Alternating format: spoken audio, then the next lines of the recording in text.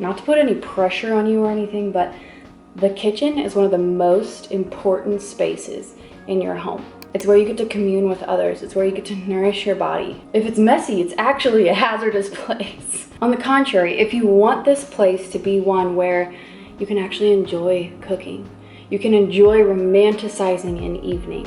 Maybe you just want to focus on family meals, or you walk in from work and you just want a peaceful, beautiful place to sit. None of this can happen in a cluttered space. Today I'm gonna tell you what you can declutter, and at the end I'm gonna tell you what to add in to romanticize your kitchen, just simple, warm touches that make it the most inviting, warming space. One where you can either enjoy your quiet moments or enjoy who you're eating your meal. When we wake, hear the birds and see the sun.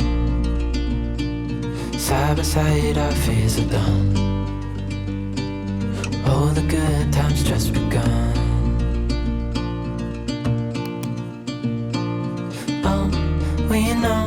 Okay, I'm gonna make the boys some lemonade this morning. As I do that, I'll start talking about the first thing you can get rid of in your kitchen, which is counter clutter. I'm a huge advocate for living a simple life, but not getting rid of the character and the color. Like, I don't believe in having to be bland and gray. With that being said, I am a firm believer that visual clutter really does affect you. I read countless studies on this. I can tag some down below, but the amount of things that you see, the amount of items that you and your family have accumulated is proportional to the stress levels of the woman in the home, specifically the woman.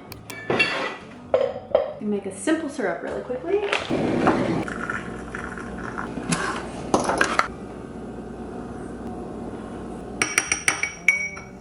Here's an example for you. I've got character here, just a little bit of a corner situation there. And I've got our baby's homemade decorations for his first birthday. Those are the kinds of things that I'm like, we're homeschooling, that just adds character. My teapot, my super ugly tea kettle, is under here. I genuinely use it 3 or 4 times a week, so that's kind of a lot. But it's just, if I were to put it up here, there's a difference there, right? So I just get it out, use it for what I need. And when I'm done, she goes back in her little home. One of the biggest and best things we did a few years ago, probably 2 years ago now, was get an under the sink water filter system. We had the gorgeous pitchers, we had the dispensers, but when we finally put it under the sink, it just gave me the actual ability to clean the counters and make them exactly how I wanted them. And it's so much easier than you think. And this one that we specifically chose is also affordable without giving up any of the quality. Let me show you. So back here is our Epic Water Smart Shield. It's the under the sink filter. It literally took us 10 minutes to put together. They give you incredible instructions, and out comes clean water every single time. I haven't said this in a while, but you guys need to know. I've lived in 13 different homes since I've been married. So that's 13 different homes in 8 years. Yeah, I feel like we just moved here. It's the day before we move. I'm living in Portland, Maine. We made it to Philadelphia. We are in the new apartment. We are moving. We're gonna go to Florida. On the road again. I've had counter space. I've had tons of counter space. In some areas, I didn't even have a kitchen. And I've had small kitchens in between. So I understand that sometimes you're gonna have appliances out. Like, we have a toaster in the corner. We use it every single day. So it just kind of makes sense to keep it there. I don't know everything. What my goal is on my YouTube channel and the course that I created is to give you the tools you need to make the best decisions for you and your family. I want to empower you. With that being said, I do want to say that I have a digital course. It's an 8-module course that you can go at your own pace, where I teach you how to simplify your entire home, the ins and outs, the A to Z. Every little question that you would have is answered. But decluttering your home is so much more than that. And if you actually want it to stick, you have to start in a place that has nothing to do with the items in your home. You have to start by actually getting to know yourself, getting to know what you desire, getting to know the things that matter most to you. And in my first few modules, that's just what I walk you through. I want to make sure that for the rest of your days here on this earth, you're living intentionally with the things that matter most at the forefront. That doesn't happen if you just declutter. Speaking of things that matter, yes? So if you're on the fence about simple living, it's not for you. If you're wanting relief and you want to make a lasting impact on your life and just live differently, this course is for you. I give all my YouTube viewers a special discount too. You can get $50 off if you use the code YouTube. If you want to know more, I have the link down below for you guys, and let's continue. The second tip is super simple: excess pot holders. You don't need more than 2 right here. If you're thinking like, what if I need to get something out and I need to get another thing out and my husband can grab the other ones with the other pot holders, you're adding more to your plate, you're adding more to your brain, you're adding more stress. What you need to do is trust the fact that you can figure it out. You can take the first thing out, take the second thing out. You literally need 2 pot holders. I have actually just one. I literally just have one, and it's really dirty, but she's cute. She's got character.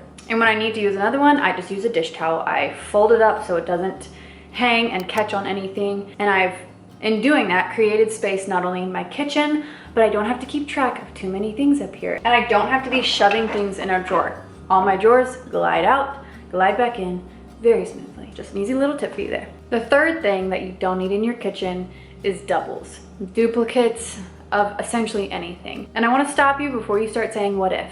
I want you to notice the fear that runs through your head when you think about only having one kitchen knife. But what if I need another one? That is the question that will haunt you your entire life, essentially, unless you learn how to combat it. And the best way to combat it is to believe in yourself and say, hey, I can handle taking care of one. I also want you to think about years and years and years ago, how efficient and productive those women were with just one kitchen knife.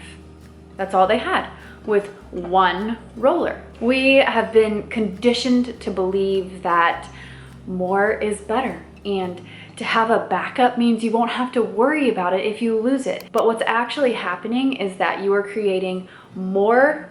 Say I have another spatula right here. You're creating more work for yourself physically and mentally to, 1, take care of 2, and then 2, to always be remembering where you put them. It's easier to take care of one thing than it is to take care of multiple. Once you actually start believing that, once I actually started believing that, things began to shift in my life.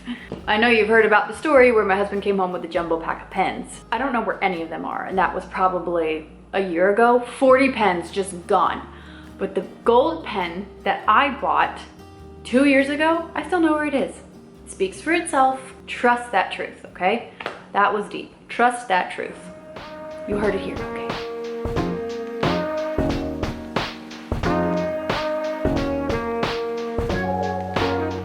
The next thing you don't need is big kitchen appliances. I'll say a disclaimer with this. Obviously, if you're a sourdough bread maker, or if you make pies every single week, get the cute KitchenAid stand mixer.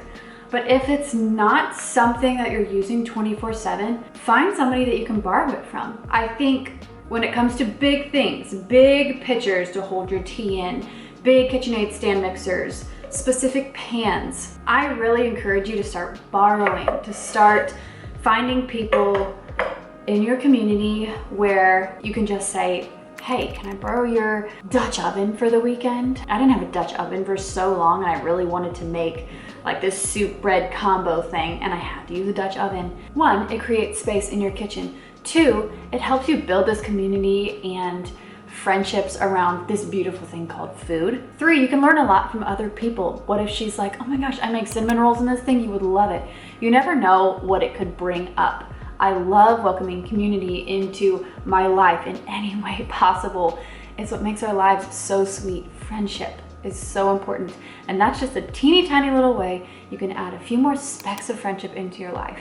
Ask to borrow things, offer up your stuff, invite them over when you've finished making your specific muffins that you've always wanted to make. Like, there's so many fun things that could happen when you just let go of your desire to have it all and say, hey, I can do this differently. You can do this differently. What if the world had more of your smile? What What if the wind could spread your love? What if your sweetness could reach everyone? There'd be no wars. Maybe the birds will sing about your heart. Tip number 5 is to not be lured in by the little trinkets of the kitchen. In a world of Amazon, I really encourage you to remember your why. Why do you want to simplify? What do you want to make room for? That matters even when you're looking at an avocado slicer or a strawberry pit getter outer. I'm not saying you're wrong. I'm not saying anyone's doing anything wrong. I just am adamant about helping other people believe and live out the truth that is the secret to happiness is not found in acquiring more things. It's found in building the capacity to enjoy less. That was inspired by Socrates. He said it centuries ago. I've lived one way, and I'm now living in a much freer state of mind where I look at something and I'm like, I don't even have the desire because I know what that's gonna do to me. That's gonna add stress. I don't have room for stress in my life. No pause, stress is always there. I don't have room for excess stress in my life. And if you're the same and you are tired of always feeling tired and you're desperately desiring a more peaceful and enjoyable life where you're not overwhelmed and overstimulated 24/7, I encourage you to take this seriously. I encourage you to look at a little trinket, take it seriously and say, hey, no, you're gonna hurt me more than you're gonna help me. Because that's the truth that's been proven and talked about for, again, centuries. Number 6, I can't do a kitchen video without talking about Tupperware. I'm not gonna say you need to get rid of it. Here are a few things that will really help you take control of your Tupperware and not let it get the best of you. Because these things can really mess up a day, can't they? Number 1, if you have a Tupperware that's missing a lid, did you know you could find replaceable lids? I didn't know this until I posted something about it maybe a year ago, and the comments came flooding in. Like, Margaret, you can buy replaceable lids, I think on Amazon, or you can just type it in on Google. Number 2, what I found to be very helpful was to buy only 2 sizes of Tupperware. We have this large Tupperware that can hold a soup, that can hold a ton of mashed potatoes. We have 3 of these, and then we have a half size of this. We have 3 of those half sizes. As a family of 5 who is constantly making food from scratch and food at home, this is all we need, and it has dramatically simplified our Tupperware storage spaces in the kitchen. They just stack on top of each other. The other ones stack perfectly on top of each other. Very easy. You don't have to worry about the square, the rectangle, the circle.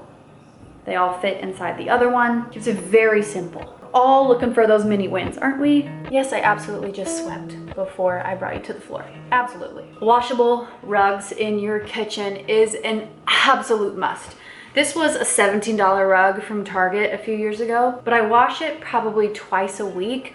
I can't even fathom what is in other people's rugs that you can't wash in the kitchen. I've seen a few. They're gorgeous, by the way, and I give them compliments, but I'm secretly like, what bacteria is growing in that? I'm an advocate for washable everything. We have a washable area rug. I could get into that. Sorry, we're not talking about that, Margaret.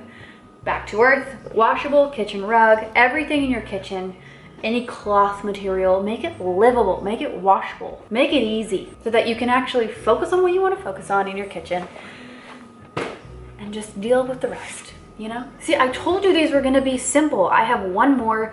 Some are like, this will change your life. Some are like, oh, you know, I really needed to know that. See, this is so much easier than you think. It's just little tiny shifts that make a huge impact. Just a few little habits. We have one more. I'm in my kid's bedroom because it's the only quiet space, and they didn't make their bed so you get to see the real side. Normally they make a bed every morning, but we had somewhere to go this morning. So. The easiest peasiest swap you can do. Okay, I want to say this in the nicest way that I can, because I can get nasty when it comes to this kind of stuff. Okay, I'm really surprised. I guess that's a gentle word. I'm surprised at how many people are still using toxic dish soap and dish detergent. I'm going to link an article below just so that you have the information, because it's totally fine. You don't know what you don't know, but anyone who watches my channel, I want to make sure you know how toxic those things are. Not only that, but it's on your dishware, which ultimately gets onto your food, which goes into your body. You're also inhaling the fragrances.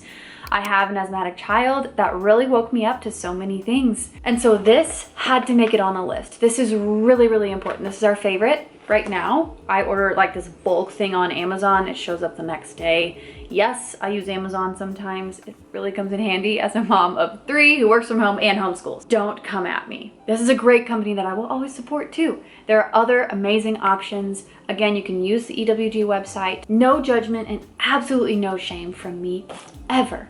I just want to make sure you know some things that you might not know. I hope that was still kind. I'm not meaning to be unkind or like a told you so kind of person. We're all starting from somewhere. If only you knew where I started. That concludes the 8 things that you don't need in your kitchen. Which one are you going to use today? I'm so excited for you to experience this. And now to the speed round of things you can add to your space to just create so much warmth, a romantic vibe for breakfast, lunch, and dinner.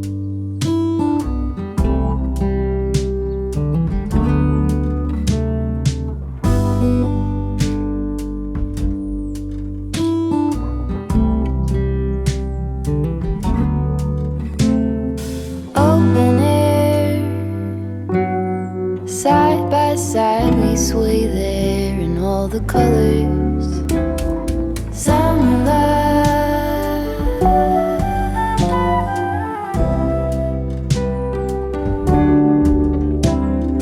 lonesome dove, folded on the lawn chair in all the colors.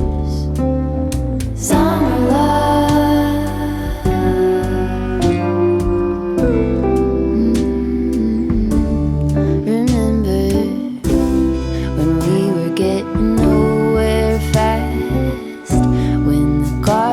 Stop giving back. Honeysuckle, fresh cut grass. I could really use some stuff like that.